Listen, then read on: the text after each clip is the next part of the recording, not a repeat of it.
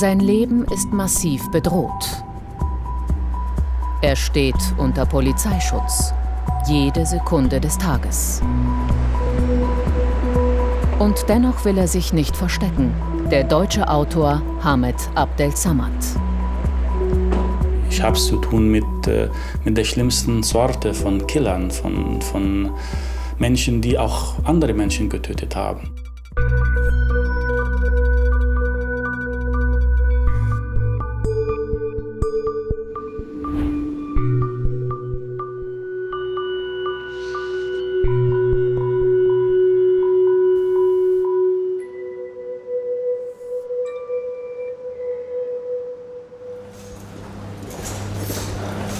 Landeskriminalamt Berlin, Abteilung Personenschutz. Zuständig für hochgefährdete Menschen. Kommandoleiter und Teamchef bereiten sich vor. Für keinen Politiker, keinen Staatsmann, sondern für den Schutz eines Schriftstellers.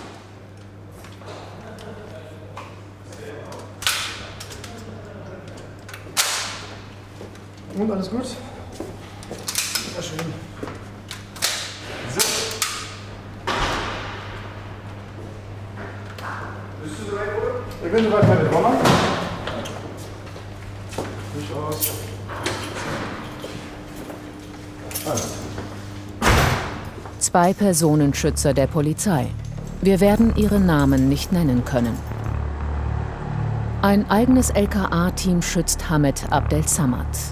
Erstmals bekommen wir für diesen Film Einblick in ihre Arbeit und in Abdel-Samads Alltag. Den Alltag eines Verfolgten. Eine Reihe von Lesungen mit seinem neuesten Buch stehen an, in ganz Deutschland. Ankunft in einem Hotel in Hamm. Die Beamten haben das Zimmer schon überprüft. Der Teamchef gibt grünes Licht. Der sensibelste Punkt ist immer, wenn wir ankommen, tatsächlich. Und wenn wir fahren. Ansonsten bewegen wir uns ja überwiegend in sicheren Räumen. Das ist ja der Auftrag des Personenschutzes, dass wir sichere Räume herstellen. Und das sind dann die Punkte, wo wir am meisten angespannt sind. Wenn ich jetzt im Hotel angekommen bin, komme ich erstmal rein mit den Kollegen und die Koffer kommen nach. Oh, ich würde gerne meinen Koffer haben. Da. Wenn wir vom Auto aussteigen, soll ja uns nichts hindern, wenn irgendeine Situation auftritt, wenn wir angegriffen werden und so weiter. Wenn wir jetzt einen Koffer tragen, dann ist es sehr ungünstig.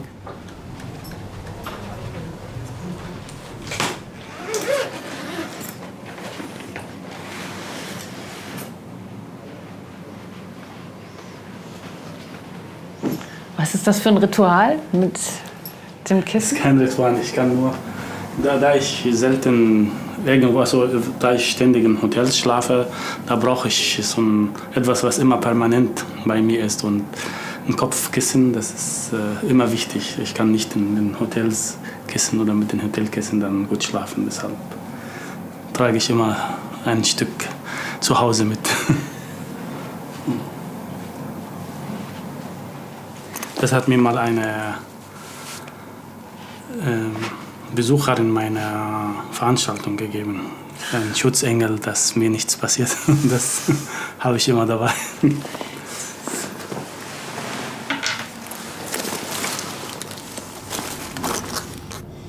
Gut. Das LKA-Team immer in unmittelbarer Nähe, im selben Hotel. Wir kommen an. Die Schutzperson ruht sich in aller Regel aus.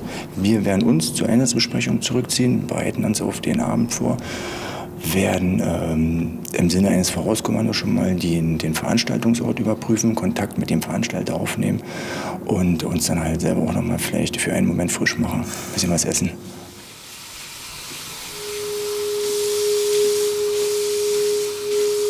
Seit Jahren hat Hamed Abdel-Samad keine eigene Wohnung mehr, in die er täglich heimkehren kann. Jede Routine könnte tödlich sein. Das ist natürlich eine Lebensweise, die ich jetzt nicht mir so ausgesucht hätte. Aber ich kann mir nicht mehr leisten, einen festen Wohnort zu haben. Es ist viel zu gefährlich und viel zu umständlich. Wenn ich jetzt einen festen Wohnort habe und irgendjemand sieht mich 2-3 Mal reinkommen, dann ist es vorbei, dann muss ich dann umziehen. Abdel Samad lebt undercover und das schon seit 5 Jahren. An Orten, die er uns nicht verraten kann, meistens in Hotels. Hier schreibt er seine Bücher. Und das, obwohl man versucht, ihn zum Schweigen zu bringen. Ich bin einer von vielen, die bedroht werden, nur weil sie den Islam kritisieren oder weil sie den politischen Islam kritisieren. Eigentlich hätte ich mir nie gedacht, dass 2018 immer noch in Europa Menschen unter Polizeischutz leben müssen, nur weil sie aus ihrem Grundrecht Gebrauch machen, ihre Meinung zu veröffentlichen. 2013 verändert sich sein Leben für immer. Abdel Samad ist Politikwissenschaftler, lebt seit fast 20 Jahren in Deutschland, verheiratet, deutscher Staatsbürger. Er schreibt unter anderem eine Autobiografie, in der er sich vom Islam abkehrt. Er, der als Sohn eines Imams streng religiös aufwuchs und als Student sogar Mitglied der radikalen Muslimbruderschaft war. Doch die Gewalt dort, die Unfreiheit, öffneten ihm die Augen. In Deutschland wird er einer der schärfsten Islamkritiker. Im Juni 2013 reist er zu einem Vortrag nach Kairo, spricht über sein aktuelles Buch »Der islamische Faschismus«. Seine streitbare These, die Ursprünge fundamentalistischer Gewalt lägen im Islam selbst begründet.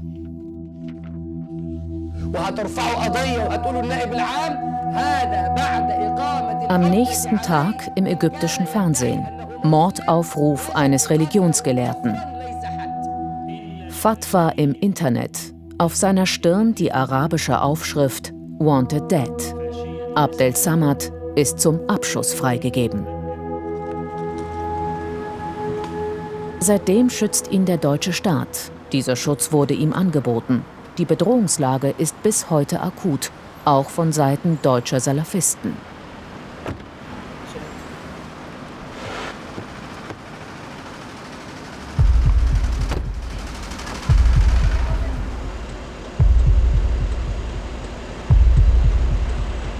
Keinen Schritt mehr allein. Seit 5 Jahren kein Kino mehr, kein Konzert. Menschenmassen muss er meiden. Ortswechsel nur in gepanzerten Wagen. Heute also eine Kleinstadt wie Hamm. Die Lesung findet außerhalb statt. Ein scheinbares Idyll. Doch für Abdel Samads Personenschützer gibt es keine unschuldigen Orte. Es gab schon Situationen, wo unternommen wurde, der Versuch, Herrn Abdel Samad zu schädigen. Aber ich muss auch sagen, dafür sind wir ja da. Und wir wollen ja auch abschrecken. Deshalb gucken der Personenschützer auch mal so böse. Und deshalb sind wir auch immer so durchtrainiert, um nach außen das Bild zu vermitteln, probier es erst gar nicht. Die Leute, die es probieren, die müssen dann auch mit der Antwort leben. Und die Antwort ist sicherlich für die meisten dann auch nicht angenehm. Stress pur, wenn Hamed Abdel Samad auf dem Weg zur Bühne umdrängt wird. Ein zweites Polizeiteam hält während der Lesung draußen Wache. Wir sind das Auge für das Team draußen, also für das Team, was drin ist. Ja, haben wir draußen zu gucken, wer bewegt sich hier, kommen noch interessante Personen. Das gebe ich dann weiter, ja, für die, damit sie wissen, wer und was kommt im Endeffekt. Ja. Und, wer sind interessante Personen? Ja, Personen, die wir erwarten, die möglicherweise ihm nicht wohlgesonnen sind, so halt, ja, in allen Variationen.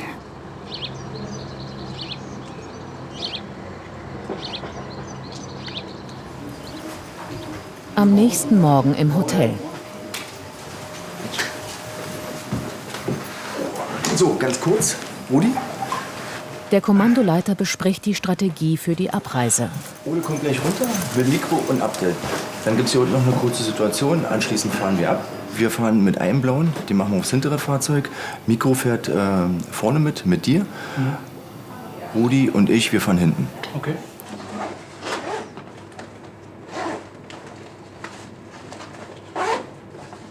Letztendlich sieht man ja schon, wir bereiten uns ja auch auf medizinische Zwischenfälle vor. Also hier ganz normalen Tourniquet, halt für die schnelle Versorgung von stark blutenden Verletzungen an den Extremitäten.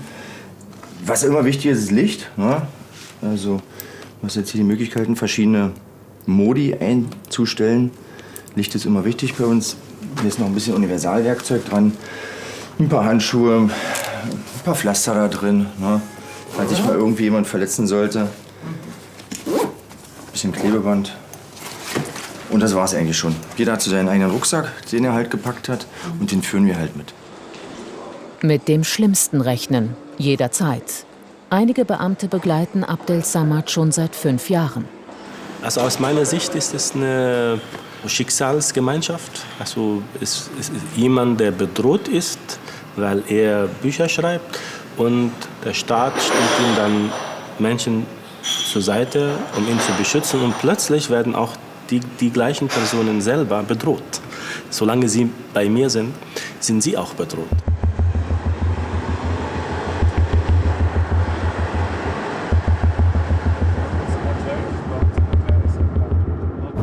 Geben Sie Ihren Schutzengeln, also Ihrem Superteam, hier auch ab und zu ein Buch von sich zu lesen? Mussten die schon Bücher von Ihnen lesen? Die müssten gar nicht. Aber ich kann sagen, dass ich Glück habe. Also, dass mein Team wirklich gebildet ist und von sich aus auch meine Bücher liest. Und um auch mehr über auch meine Welt und meine Gedanken auch zu verstehen, dann kann man auch die Gefahren besser einschätzen. Sicherlich haben wir nicht jeder in unserem überschaubaren Team alle Bücher von den Abdel Samad gelesen, weil da kommen ja auch immer wieder neue zu. Ne? Also ist ja jetzt nicht ganz einfach, als Späteinsteiger einfach mal 11, 12 Bücher oder wie viele auch immer noch kommen werden, dann so mal innerhalb von einem halben Jahr wirklich mal zu studieren und noch durchzulesen. Aber das eine oder andere hat bestimmt auch der eine oder andere schon gelesen. Super. Und vielen Dank fürs Lob, ja, für das super Team. Nehme ich gerne an und gebe ich auch gerne weiter. Dresden. Neuer Lesungstermin von Abdel Samad. Breitflächig angekündigt, deshalb auch heikel für die Beschützer. Bevor der Schriftsteller anreist, ist ein Teil der LKA-Beamten aus Berlin bereits da. Das Vorauskommando. Der Ort wird schon Stunden zuvor auf mögliche Gefahren gecheckt. Wir müssen uns einmal ein bisschen Überblick verschaffen, wo der Veranstaltungsort ist. Ja, das war einmal durch. Können Sie uns alles zeigen? Wir werden bestimmt noch ein paar Fragen haben.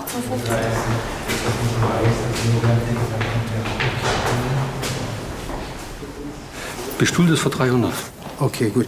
Wenn der Andrang doch höher sein sollte, wir machen aber nur Sitzplätze, keine Stehplätze. Sitzplätze. Ja gut, also wichtig ist also stehen, Publikum, das ist immer so ein Gefahrenpotenzial, das wollen wir nicht. Mhm. Also reichen ja vielleicht auch, genau, wenn wir den da außen nehmen.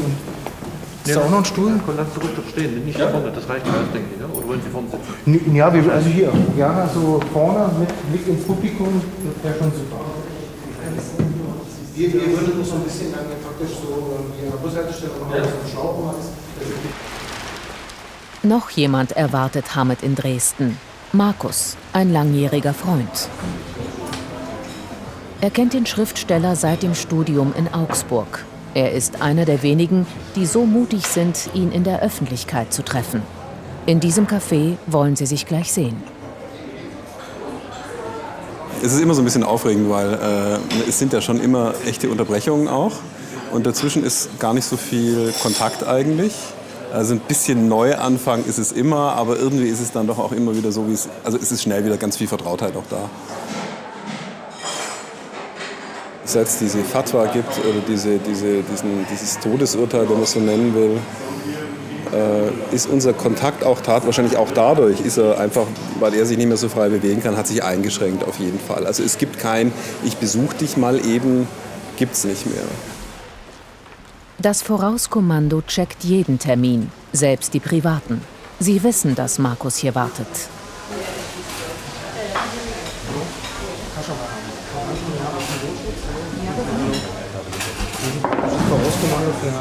Und sie haben Sicherheitsbedenken. Dieser Platz zu gefährlich. Dass wir den Tisch hier verlegen, praktisch so im hinteren Bereich. Okay, also hier geht nicht. Nee, hier wäre unklug. Wenn wir einfach nach hinten gehen, wir gucken, ob wir hinten einen Tisch haben und dann würden wir das Treffen im hinteren Bereich. Inzwischen ist Hamed angekommen. Aber erst wenn die Lage geklärt ist, darf er Markus treffen. Ich habe nicht so viele Freunde, aber gerade auch in solchen Zeiten dann auch erkennt man, wo sind die wahren Freunde und was zählt. Selten solche Momente, wo plötzlich alles leicht ist. Lösungsbedürftig bist wahrscheinlich und wollte dich ein bisschen unterstützen. Ich neide dir nicht deinen medialen Erfolg, aber das neide ich dir immer noch. Viele Sachen waren früher möglich. Ich konnte bei ihm übernachten, ich konnte mit dem Zug zu ihm fahren und ich konnte mit ihm durch die sächsische Schweiz auch wandern, in der Innenstadt auch von Dresden.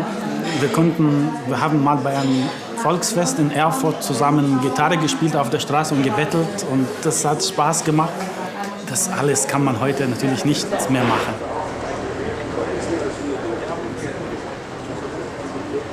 Es ist teilweise ein Gefängnis, weil die Optionen, die man hat im Alltag, sind extrem eingeschränkt. Aber wie gesagt, ich habe versucht, das zu transzendieren, dass das Thema Freiheit für mich nicht physisch ist.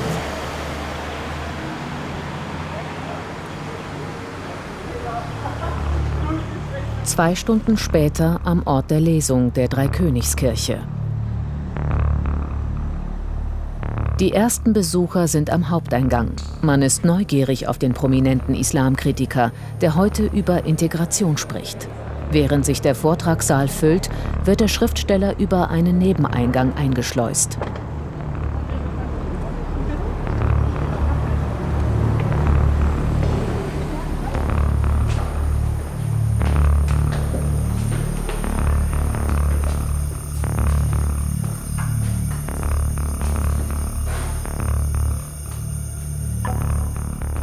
Heute wird es voller als erwartet. LKA-Beamte sitzen auch im Publikum.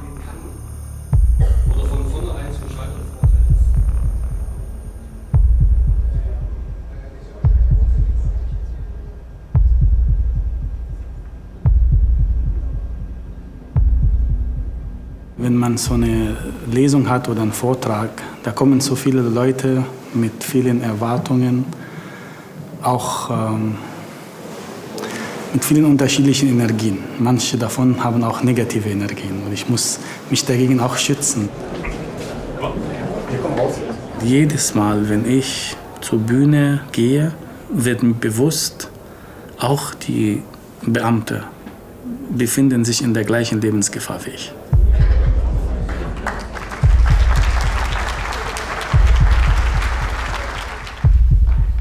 Es ist sehr leicht und es ist notwendig, zu schauen, was schief läuft in muslimischen Communities. Die Probleme sind alarmierend.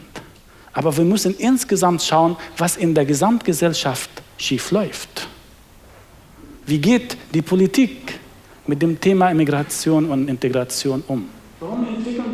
Abdel Samads Thesen polarisieren. Sie haben sich warm gelaufen hier in Deutschland. Haben Sie mal überlegt, nicht ob Sie in die Politik gehen, sondern vielleicht nochmal nach Ägypten zurück und dort Ihren Mund aufmachen? Das wäre noch eine Idee. Ich bin deutscher Staatsbürger. Ich bin nicht einmal ägyptischer Staatsbürger. Ich bin deutscher Staatsbürger. Gewöhnen Sie sich daran.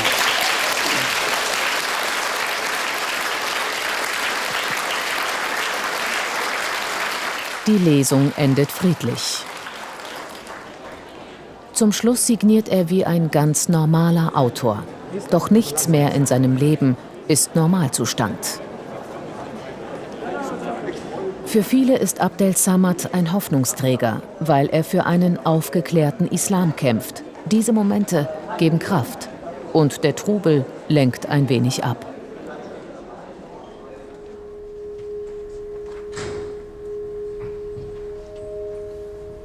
Ja. Bis dahin kannst du noch ein bisschen ausspannen. Ich pass auf. Funkcheck machen wir um 18 Uhr. Wo? Hier oder? Bei dir im Zimmer. 18 Uhr. Funkcheck, dann habe ich... Mit seinem LKA-Team verbringt der Schriftsteller mehr Zeit als mit irgendjemandem sonst auf der Welt.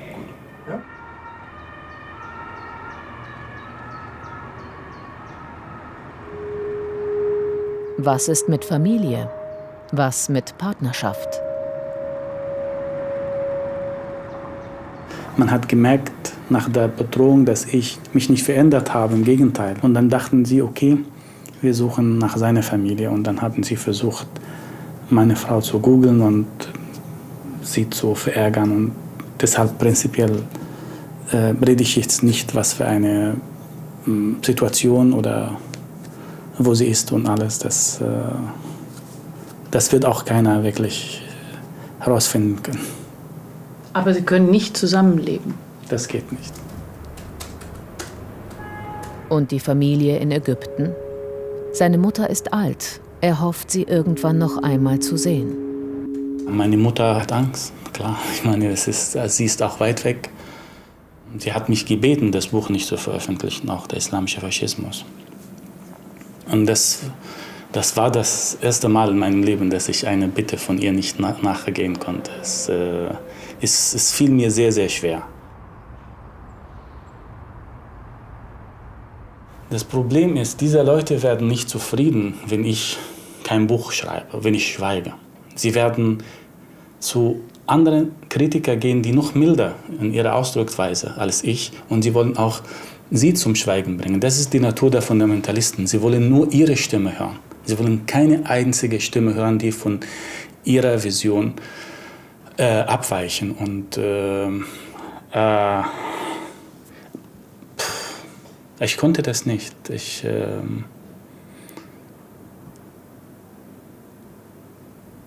Ich konnte nicht anders.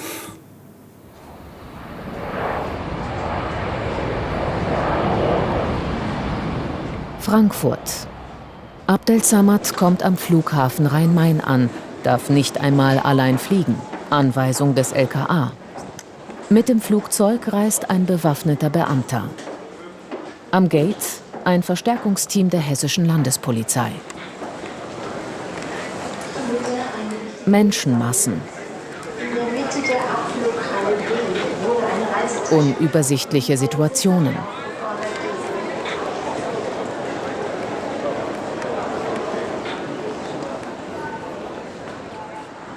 Außen vor dem Sicherheitsbereich wartet schon Abdel Samads Team mit dem Auto. Sie wollen ihn gleich in Empfang nehmen.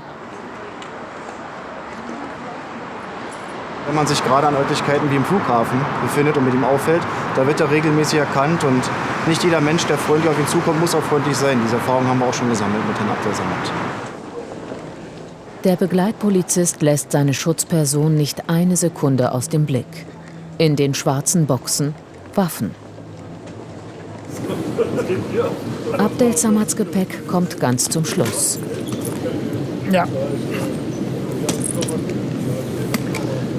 Also ich habe auf jeden Fall 3 Taschen, so einen größeren Koffer, das ist jetzt für die langen Reisen. Und den kleineren Koffer und die Handtasche. Die sind eigentlich, mein Leben ist verteilt auf diese 3 Koffer, das sind die wesentlichen Sachen, die ich brauche. Sofort nach Verlassen des Sicherheitsbereichs nehmen ihn Teamchef und Kommandoleiter in Empfang. Geht's Ihnen gut? Ja, alles schön. Genau. Das hat ja Ewigkeiten gedauert ja, jetzt, oder? Mit dem Koffer. Ich habe auch schon gleich die ersten Informationen für Sie. Diesen Ort wollen die Personenschützer zügig verlassen. Schnell zur gesicherten Limousine. Jeder Schritt mit Abdel Samad heißt Anspannung.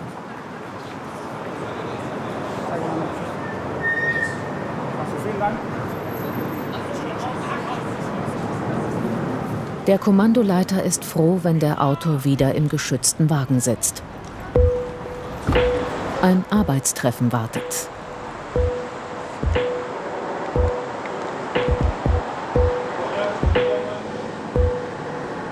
Einige Tage später in Berlin. Abdel Samad ist in Moabit eingeladen, in der ersten liberalen Moschee Europas, der Ibn Rushd Goethe-Moschee. Sie wurde von einer Frau gegründet, die wie er nur unter Polizeischutz leben kann.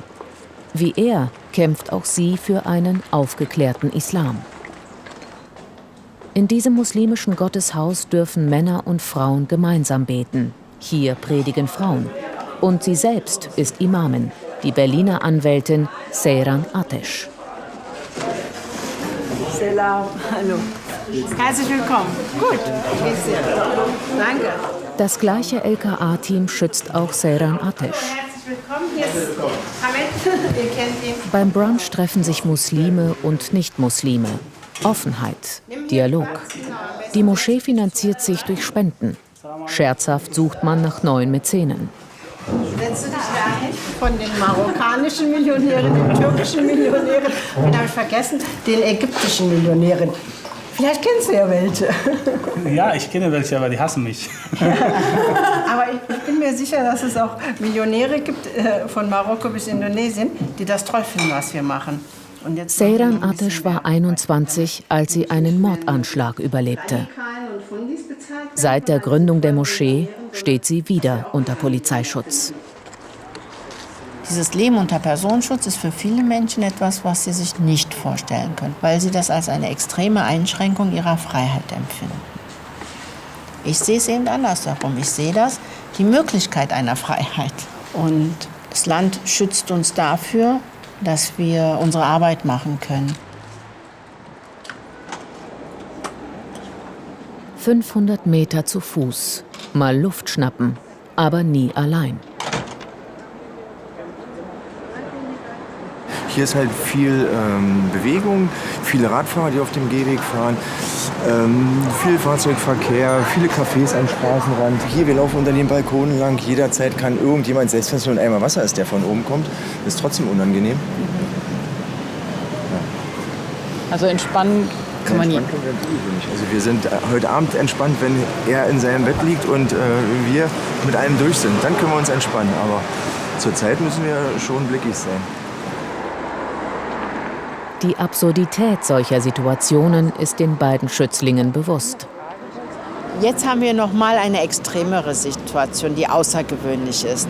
Nämlich deshalb, weil hier 2 Teams jetzt auch noch zusammenkommen. Das heißt, wenn er und ich uns treffen, dann haben wir mindestens 10 Leute dann plötzlich um uns herum. Auch wenn ich jetzt dann uns so sehen, dann haben wir jetzt auch die Möglichkeit, mit 10 Personenschützer und eine Menge Waffen Moabit einzunehmen und das liberale Kalifat aufzurufen. Ohne Galgenhumor hält man dieses Leben wohl nicht aus. Zum Opfer wollen sich weder Seyran Ateş noch Abdel Samad machen lassen. Seine Tour geht weiter. Wieder ein Hotel, Hamburg. Die Polizisten gehen voraus, wie immer. Wir gehen jetzt einfach mal ins Zimmer rein und gucken, ob jemand auf uns wartet. Tatsächlich so. Und das ist vorher überprüft worden. Aber jetzt gehen wir noch mal rein, ob zwischenzeitlich jemand drin gewesen ist. Wenn der Kollege sagt, alles ist gut. Gesucht wird nach Sprengstoff, nach versteckten Angreifern.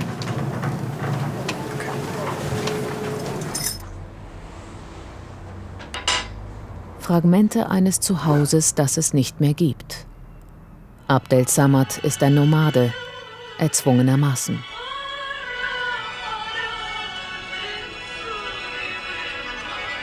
Dass er mit der Bedrohung irgendwie klarkommt, daran hat er sehr gearbeitet. Ich glaube, dass ich ganz wohl mein Leben im Griff habe, meine Gedanken auch. Und ich bin nicht getrieben. Ich versuche, so viel es geht, das Leben zu genießen. Ich nehme das Leben natürlich jetzt viel ernster. Natürlich auch diese Bedrohung. Irgendwie, da weiß man weiß es nicht. Es kann jeden Tag passieren, dass ich gehen muss. Und wenn das passiert, dann will ich mindestens, dass ich bis dahin schon gelebt habe, im wahrsten Sinne des Wortes, und nicht am Leben vorbeilief.